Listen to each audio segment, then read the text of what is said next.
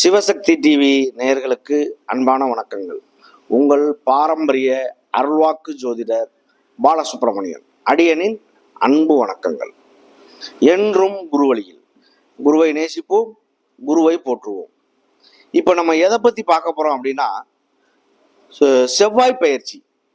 இந்த செவ்வாய் பயிற்சியாகி அதாவது காலபுருஷ தத்துவப்படி 12ஆம் இடமான மீன ராசியிலிருந்து அவருடைய சொந்த வீடான காலபுருஷன் தத்துவப்படி முதல் ராசிக்கு மேச ராசிக்கு பயிற்சி ஆகிறார்.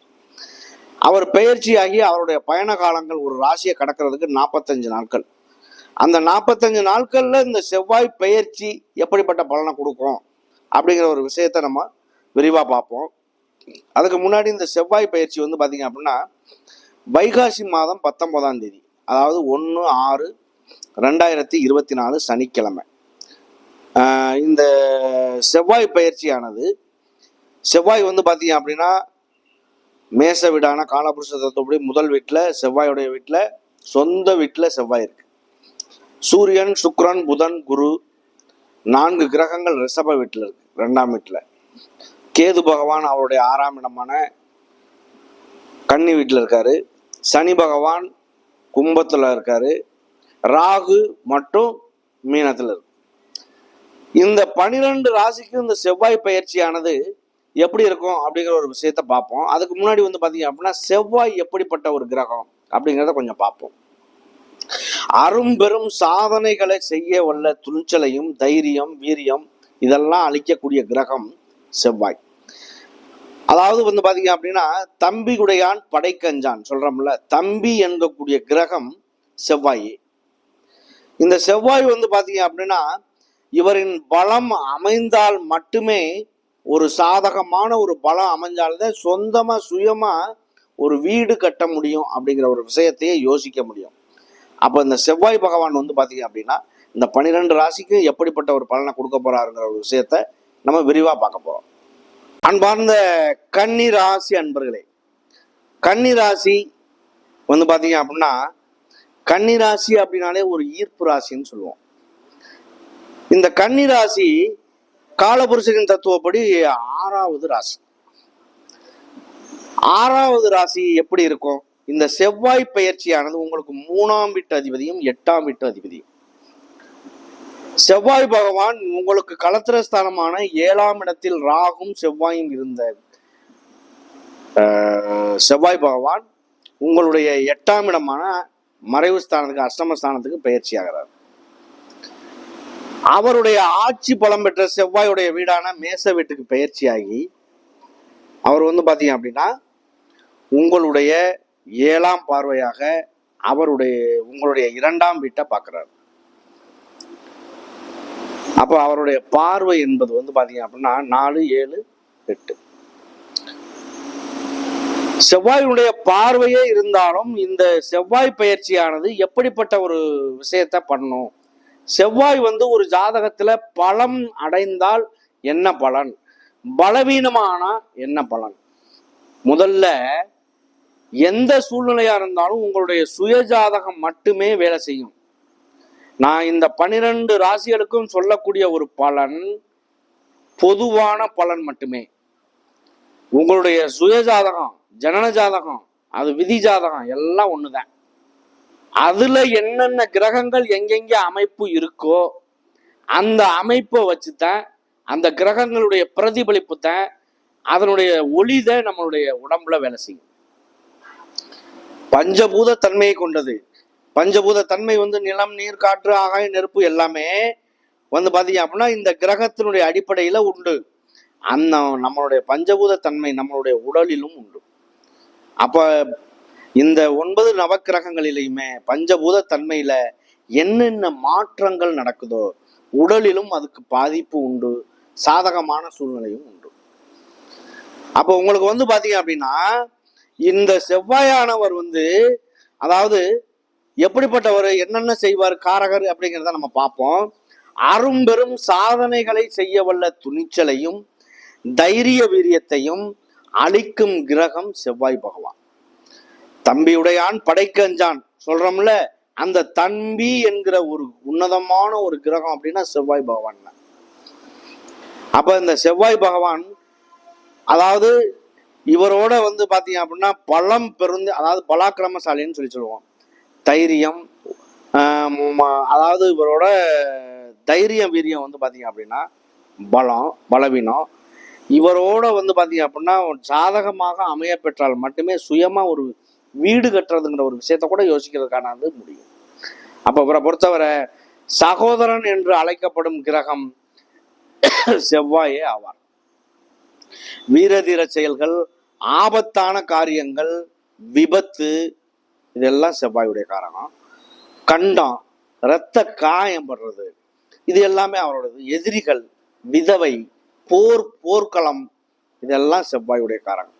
போர் படை வீரர்கள் எல்லாமே வந்து பாத்தீங்க அப்படின்னா அந்த காலத்துல வந்து போர் படை வீரர்கள் எல்லாமே இருந்தாங்க. அவங்க செவ்வாயுடைய அம்சம் பொருந்தியவர்கள். ஆனா இன்னைக்கு காவல்துறை, இராணுவம், போர்படை வீரர்கள் எல்லாமே வந்து பாத்தீங்க அப்படின்னா செவ்வாயினுடைய பலம் பொருந்தியவர்கள். இந்த வேலைக்கு போகணும் அப்படின்னா செவ்வாயுடைய அனுக்கிரகம் முற்றிலும் உங்களுக்கு சாதகமாக இருந்தால் மட்டுமே நீங்க அந்த மாதிரி வேலையில போய் ஜாயின் பண்றதுக்கான வாய்ப்பு கிடைக்கும். இல்லை அப்படின்னா என்னதான் பண்ணாலும் வாய்ப்பு கிடைக்காது. அப்ப இதை பொறுத்தளவுக்கு வந்து பாத்தீங்க அப்படின்னா உடலில் ஏற்படும் அதாவது போர்க்களம் எல்லாமே அதோடது. வெடி பொருட்கள், ஆபத்தான நெருப்பு, உடல்ல ஓடக்கூடிய ரத்தம், உடல்ல ஓடக்கூடிய உஷ்ணம், இது எல்லாமே வந்து பாத்தீங்க அப்படின்னாக்க செவ்வாயுடைய காரணம். அம்மை நோய், மேல உடல்ல வரக்கூடிய கொப்புளங்கள், பேராசை, அதிக காம உணர்வுகள், இது எல்லாம் செவ்வாயுடைய காரணம். அப்போ இதெல்லாம் வந்து பாத்தீங்க அப்படின்னா ஒரு மனுஷன் நல்லவனாகிறதும் கெட்டவனாகிறதும் செவ்வாயை வச்சு கண்டுபிடிச்சிடலாம். திருட்டு குணம், தீய எண்ணங்கள், இது எல்லாமே வந்து பாத்தீங்க அப்படின்னா செவ்வாயுடைய காரணம். அப்ப இவரை பொறுத்தளவுக்கு மேலும் வீடு மனை போன்ற அதுக்கும் காரகரே அவர் தான். காவல்துறை, இராணுவம் எல்லாமே அவர் தான். மருத்துவர், டாக்டருக்கு வந்து அறுவை சிகிச்சை டாக்டர் லெவலுக்கு அவர் போகணும் அப்படின்னா செவ்வாயுடைய காரகம் வேணும். இதெல்லாம் நம்ம ஏன் சொல்றோம் அப்படின்னா ஒவ்வொருத்தருடைய ஜாதகம் ஒவ்வொரு மாதிரி இருக்கும். இந்த செவ்வாய் பலம் அமைகிறதும் பலவீனமா அமைகிறதும் வந்து பாத்தீங்க அப்படின்னா செவ்வாயுடைய பலவீனமா அமைகிறது பல லட்சம் பேர் இருக்காங்க. அப்ப அவங்களுக்கு வந்து ஒருத்தருக்கு பலமா இருக்கும், ஒருத்தருக்கு பலவீனமா இருக்கும். பலமா அமைஞ்சா எதை வேணாலும் சாதிச்சுடுவார். இதே பலவீனம் அப்படின்னா ஒரு சாதனையை செய்யறது கம்மியான சூழ்நிலையா இருக்கும். செவ்வாய் வந்து நீசமாகிறது, அஸ்தமனமாகிறது, வக்ரமாகிறது, திதி சூரியத்துக்குள்ள அகப்படுறது, இது எல்லாம் ஒரு வகையில பலவீனத்தை சந்திக்கும். நீச பங்கமாகிறது, உச்சம் பெற்று வக்ரமாகிறது, திதி சூரியத்துக்குள்ள அகப்பட்டது சரி பண்றது. ரெண்டாவது வந்து பாத்தீங்க அப்படின்னா இந்த தோஷமான இடத்த சுப கிரகங்கள் பார்க்கறது. அப்ப இந்த மாதிரி ஒரு சூழ்நிலைகள் எல்லாமே வந்து பாத்தீங்க அப்படின்னா பலம் பெறுறதுன்னு சொல்லலாம். அப்படி பலவீனங்கள் வந்து ஓரளவுக்கு இவங்களுக்கு ஒரு நல்ல மாற்றத்தை தரக்கூடிய ஒரு வேலையை செய்யும். அப்ப இவங்களை பொறுத்தளவுக்கு வந்து பாத்தீங்க அப்படின்னா இந்த கிரகங்கள் எல்லாம் சேர்ந்து ராசி நட்சத்திரம், ராசி லக்கணம் 2, 4, 7, 8, 12 இருந்தால் அது வந்து செவ்வாய் தோஷத்தை குறிக்கும். அந்த தோஷமான இடம் வந்து பாத்தீங்க அப்படின்னா பலம் பெறதும் பலவீனம் பெறதும் குருவினுடைய அனுக்கிரகத்தை பொறுத்து, அவருடைய ஆட்சி வீடு, உச்ச வீடு, அந்த நிலையையும் பொறுத்து. ஆனால் சனியும் செவ்வாயும் சேர்ந்து ஒரு ராசியில் இருந்தாலோ இல்ல ஒரு ராசியில் இணைந்து அவருடைய பார்வைப்படும் இடங்கள் எதுவா இருந்தாலும் பலவீனத்தை சந்திக்கும். பலவீனத்தை சந்திச்சு அது ரெண்டுமே பார்க்கக்கூடிய பார்வை வந்து படக்கூடிய நேரத்துல பெரிய இந்த உலகத்திலேயே பிரளயங்கள் ஏற்படும். பெரிய வந்து பாத்தீங்க அப்படின்னா நிலநடுக்கம், சுனாமி, இது எல்லாமே வந்து பாத்தீங்க அப்படின்னா பயங்கரமா இருக்கும். அப்ப இந்த பயங்கரமான சூழ்நிலைக்கு காரகர் யாரு? செவ்வாய். சனி செவ்வாய் சேர்க்கை சேர்ந்துச்சு அப்படின்னா ஒரு ஜாதகத்துல பஞ்சனை தோஷம்னு சொல்லுவோம். அந்த பஞ்சனை தோஷம் பெற குடும்பத்துல அதாவது ஒரு 2ஆம் இடத்துலயோ இல்ல மொத்தத்துல அதுல இணைஞ்சாலோ அவருடைய வாழ்க்கையில உலகத்துக்கு மட்டுமல்ல அவருடைய வாழ்க்கையிலும் கணவன் மனைவிக்குள்ளேயும் சிறு சிறு சண்டை சச்சரவுகள் ஏற்பட வாய்ப்பு உண்டு. அப்ப கணவன் மனைவி பிரச்சனைகளாக இருந்தாலும் சரி, வெளியூர் வெளி பிரச்சனைகளாக இருந்தாலும் சரி, எந்த பிரச்சனைகளாக இருந்தாலும் துணிச்சலாக செயல்பட்டு ஒரு பிரச்சனையை பேசி முடிக்கக்கூடிய ஒரு தன்மையை உருவாக்கக்கூடிய கிரகம் செவ்வாய் பகவான்.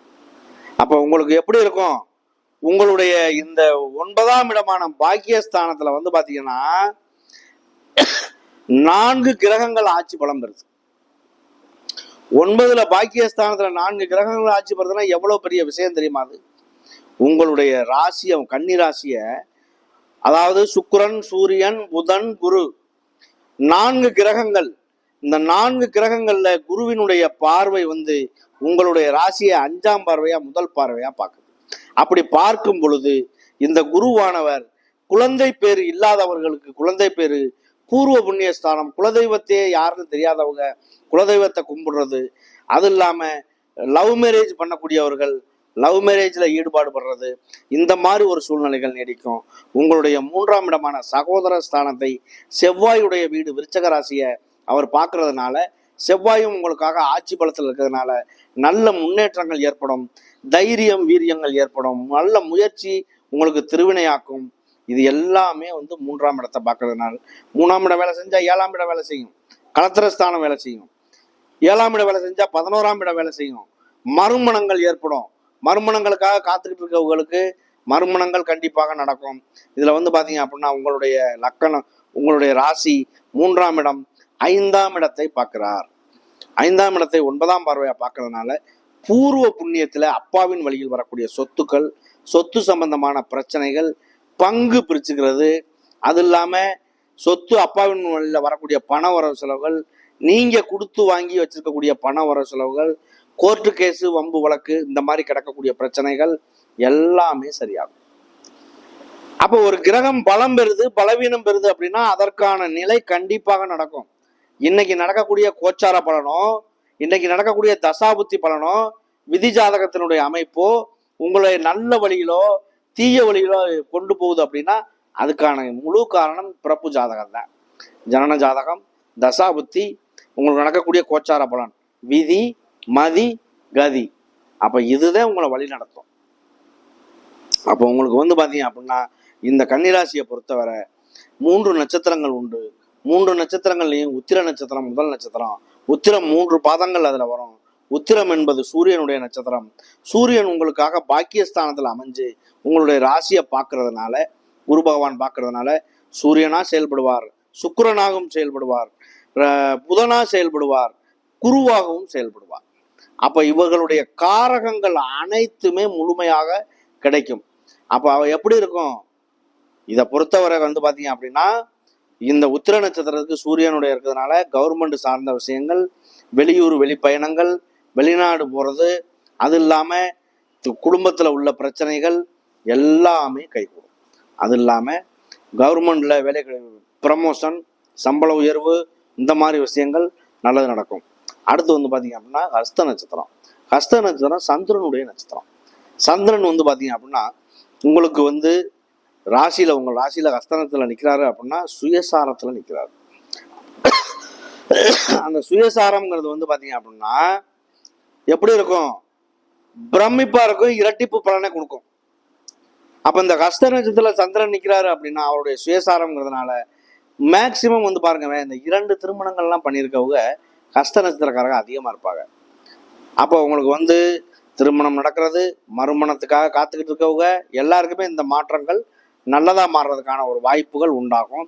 அடுத்து வந்து பாத்தீங்க அப்படின்னா சித்திரை நட்சத்திரம். சித்திரை நட்சத்திரம் செவ்வாயுடைய நட்சத்திரம். செவ்வாயுடைய நட்சத்திரம்ங்கிறதுனால செவ்வாய் பகவான், இந்த செவ்வாயை பத்தி பார்த்துக்கிட்டு இருக்கோம். செவ்வாயினுடைய காரகம் வந்து பாத்தீங்க அப்படின்னா செவ்வாயுடைய அதிதேவதை முருகப்பெருமான். இந்த முருகப்பெருமான் வந்து பாத்தீங்க அப்படின்னா இந்த முருகப்பெருமானுடைய ஆலயத்துல நம்ம இருந்து பேசுறதுக்கான ஒரு வாய்ப்பு கிடைக்குது. அந்த வாய்ப்புக்கே ஒரு நன்றி கூறணும்.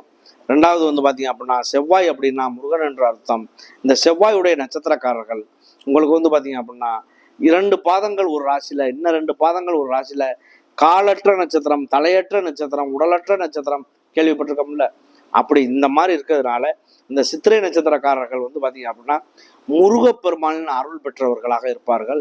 அவருடைய வழிபாடு, இந்த கலியுக வரதனே அவர்தான்.